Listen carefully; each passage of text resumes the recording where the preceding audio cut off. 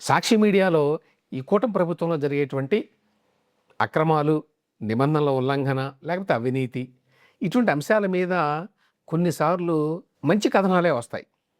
అందులో కొన్ని వాస్తవాలు కూడా ఉంటాయి. అయితే దురదృష్టవశాత్తు ఏంటంటే సాక్షిలో చాలా అందరికీ తెలిసిన విషయాల్లో కూడా అబద్ధాలు రాసేస్తూ ఉంటారు. కాబట్టి వాళ్ళు అక్కడక్కడ అప్పుడప్పుడు నిజాలు రాసినా కూడా వాటిని ఎవరూ సీరియస్గా పరిగణించరు. అది సాక్షి సమస్య.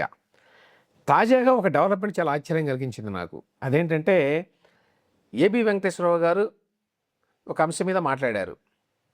దాని మీద మాట్లాడుతూ జగన్మోహన్ రెడ్డి గారి ప్రభుత్వమే చాలా మేలు, చాలా బెటర్గా చేసింది ఈ కూటమి ప్రభుత్వం కంటే అని అన్నట్టుగా వాళ్ళు వార్త వేశారు.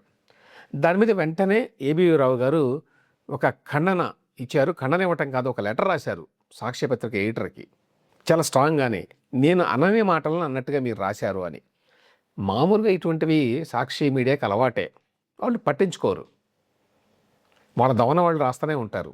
కానీ ఆశ్చర్యకరంగా వాళ్ళు ఏబి వెంకటేశ్వరరావు గారు పంపించినటువంటి వివరణని వేశారు. నేను అలా అనలేదు.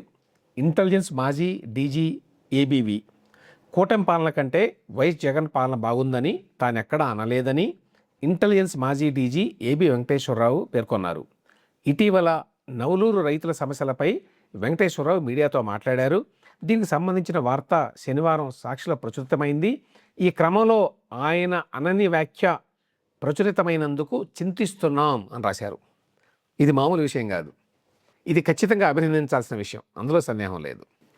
తప్పో పొరపాటో ఎవరైనా చేస్తారు, కానీ వాటిని గుర్తించడం, సరిదిద్దుకోవటం అనేది చాలా ఇంపార్టెంట్.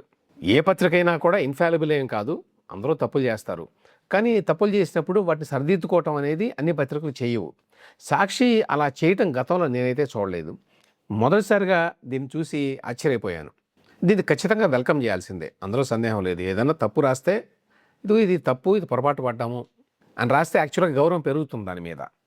అయితే కొంతమంది అనుకోవచ్చు ఏంటంటే ఏబి వెంకటేశ్వరరావు గారు ఈ మధ్యకాలంలో చంద్రబాబు నాయుడు గారి ప్రభుత్వాన్ని దుమ్మెత్తిపోస్తున్నారు కాబట్టి ఆయనతో శత్రుత్వం ఎందుకు? ఆయన అలా మాట్లాడుతుంటే యాక్చువల్గా ఉపయోగం ఎవరికి? వైఎస్ఆర్సీపీకే పరోక్షంగా. కాబట్టి ఆయన విషయంలో మనం కొన్ని ప్రమాణాలు పట్టిద్దాము అని చెప్పి అనుకొని ఉండొచ్చు సాక్షివారు.